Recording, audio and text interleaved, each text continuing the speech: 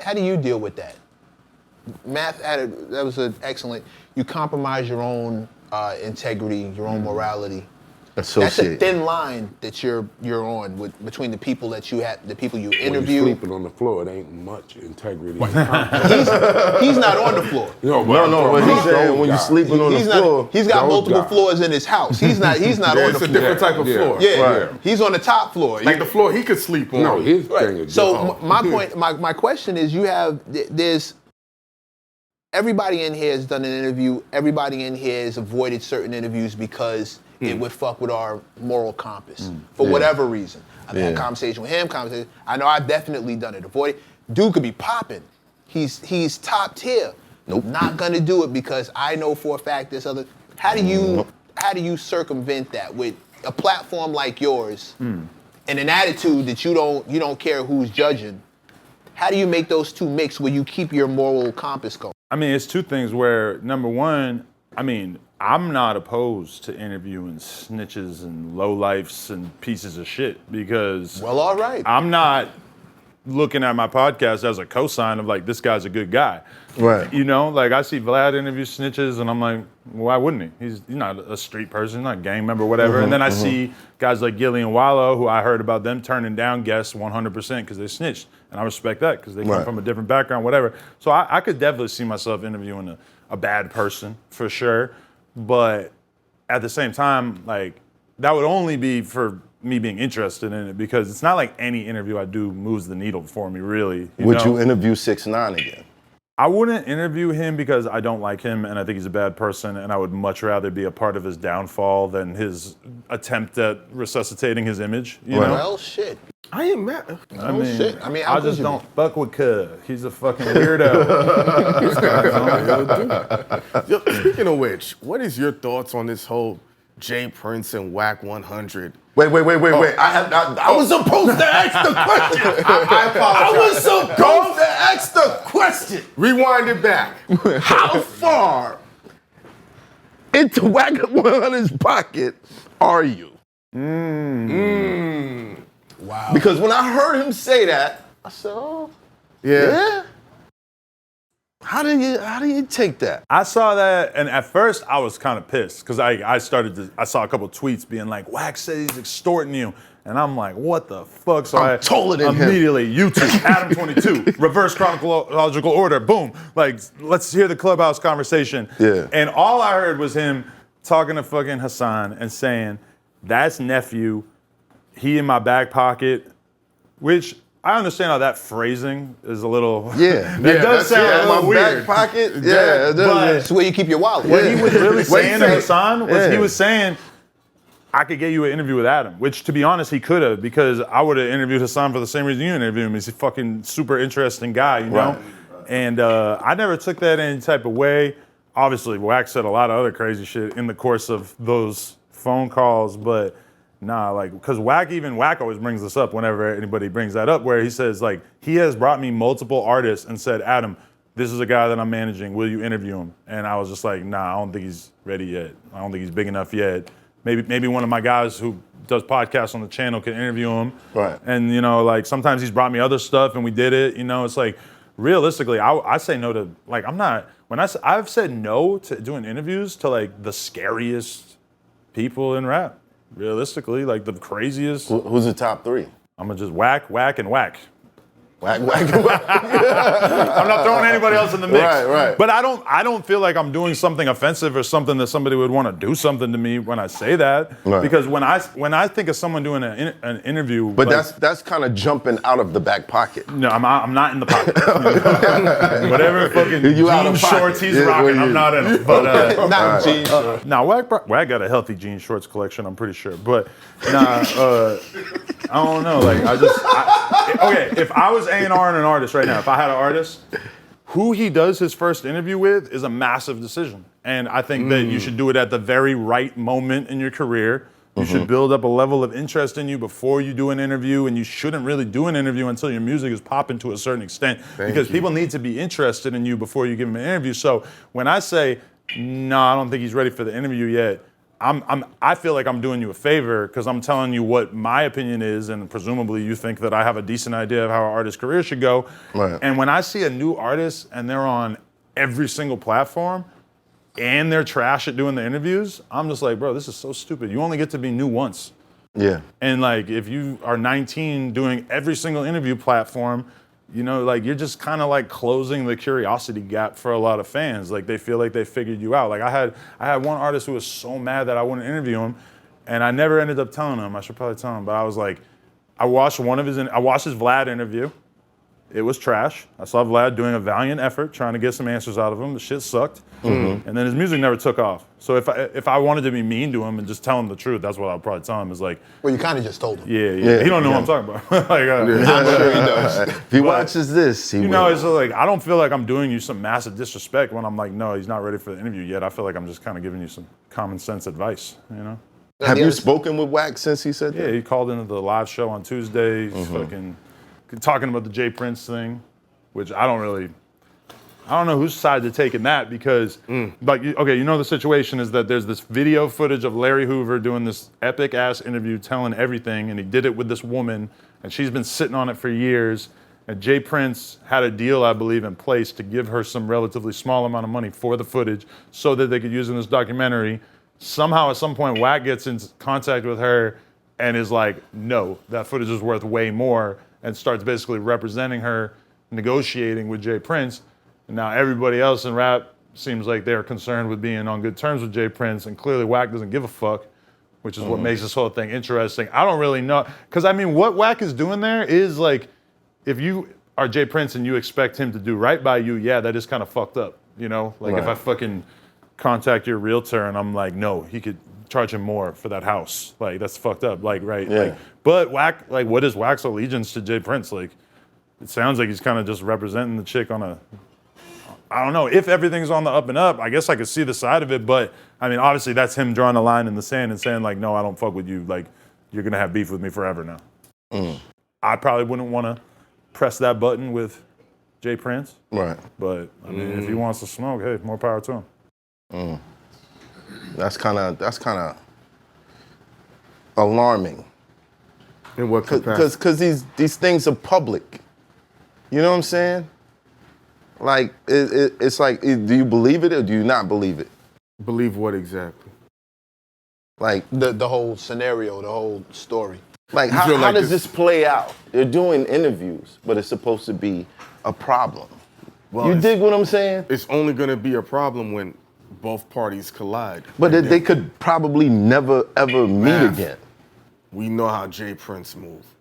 We know how Wack. See, I don't want to put, if we're going to talk like that, Oh, we're not then going it to talk like shouldn't that be because I got in public. trouble for how you dig what I'm saying? that whole. Like, if I 60 got a problem with somebody, I'm not talking about them. Listen. You feel what I'm saying? Listen.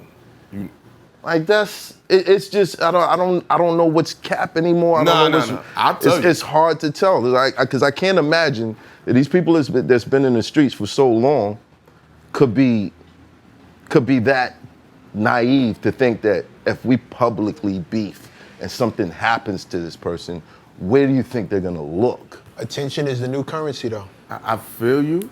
But Attention you know, is the some new people currency. don't give a fuck. Attention is the new currency. Some people are still about that life, and they're hardwired to still talk that talk, knowing that there's a lot of energy on them.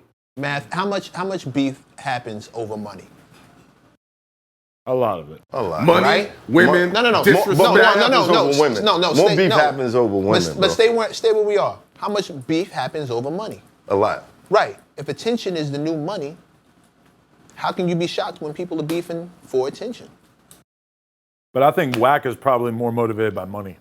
Money In this equals, specific if case. you certain people, because there are certain people who have the ability to turn attention into money. Not everybody can, but there are certain people high up enough where all attention equals cash.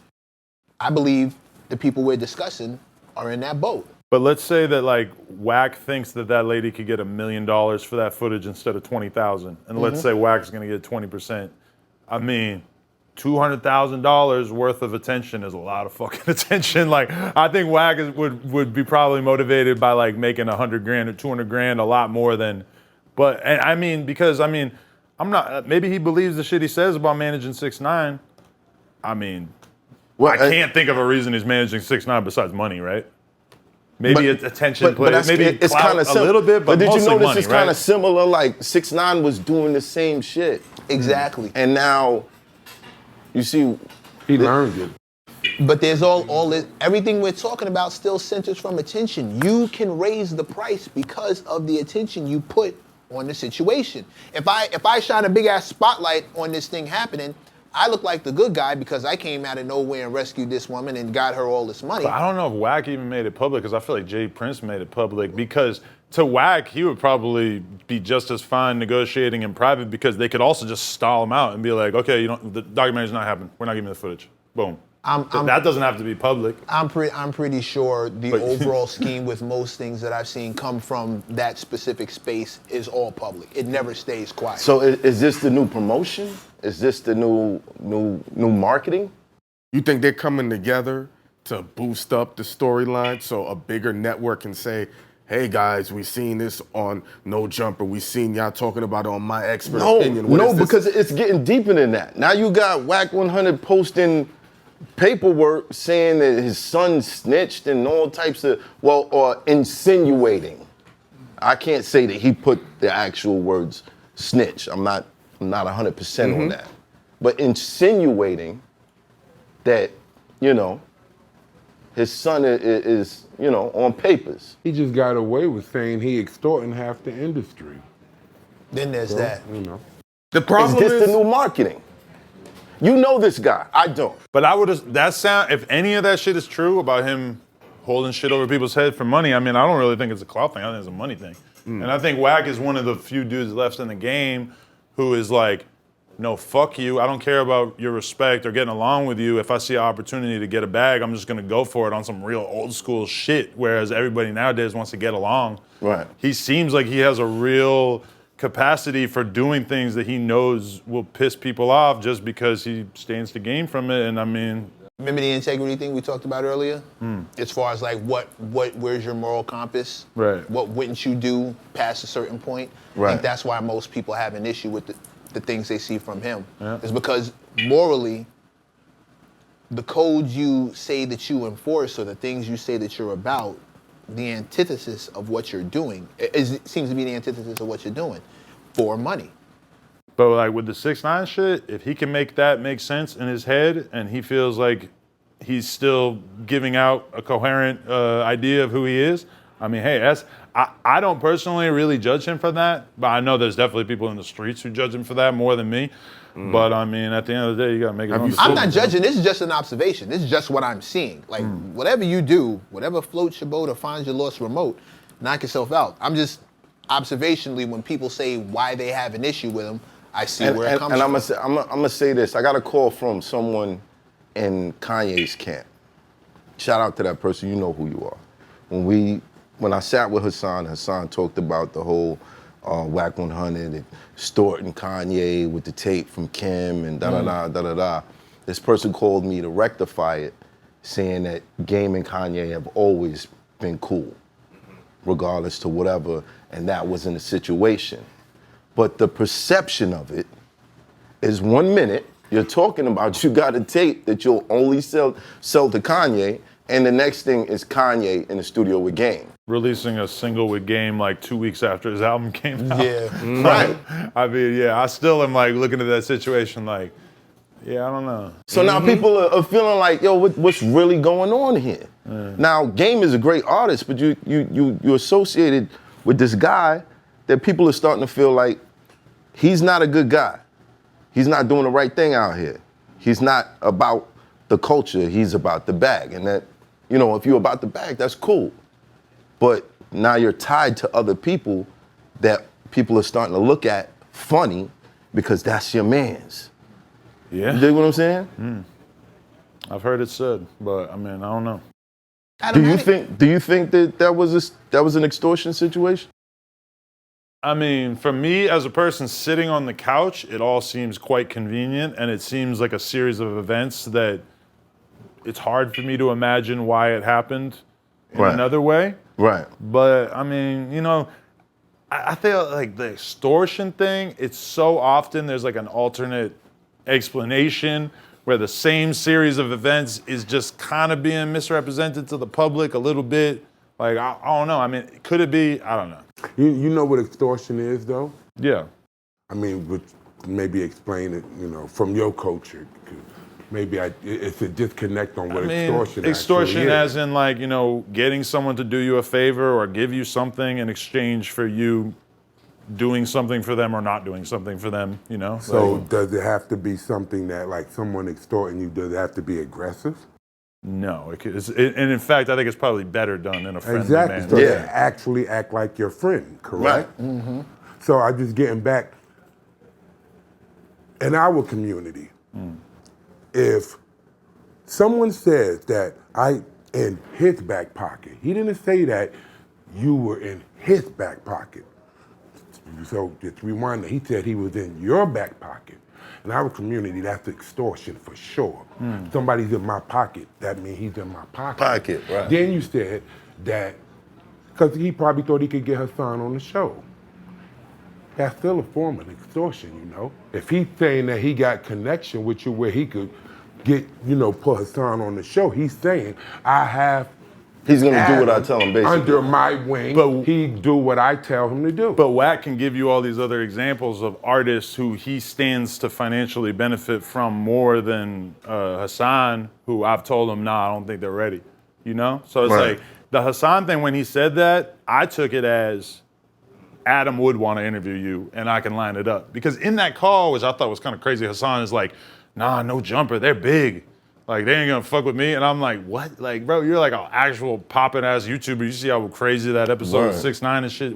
And that was after that too. Right. Like, I was like, when I heard him say that, I was going through the moment of like watching all his fucking videos on his channel and just being like, yo, this dude is crazy. No, he is. So, I mean, the question is, because Wack is not, I never gave Wack $1. I talked to Wack on some chill shit. Wack honestly called me the other day and just had like the most pleasant fucking conversation I ever had with anybody. Of just like, I just want to tell you I respect everything you're building. I love what you're doing for LA. And I got mad love for you and just thank you for everything. Yo, listen, Hassan was like this. What? No jumper? That's crazy. They're big. Yo, shout out to Is there It's Hoffa, trapper turned smack rapper. Only smack rapper that you know is smack rappers. Got bars, I can hang with the backpackers. Trap star, I don't hang with the backpackers. I'm in the hood with the work, you heard. Making fiends leave earth, you heard. Got your baby mama thirst, you heard. Feel the flow, nigga, throw it in reverse. This the wave you need to surf, you heard.